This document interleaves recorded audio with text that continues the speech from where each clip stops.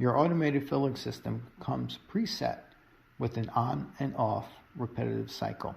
So it'll fill, pause, and then fill again, and then pause, and continue the cycle until you stop it.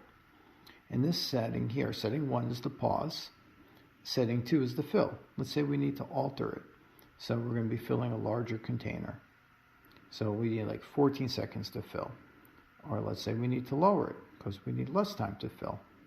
And you can go down to milliseconds here. So let's say it's 3.20 seconds to fill. And let's say we're very proficient with our filling.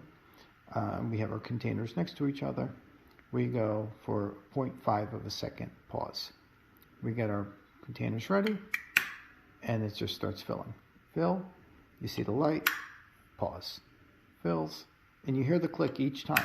So you know to move. You don't even have to see what you're doing because you can hear it.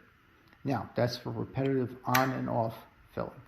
And when you're done, you just hit the toggle and it's complete.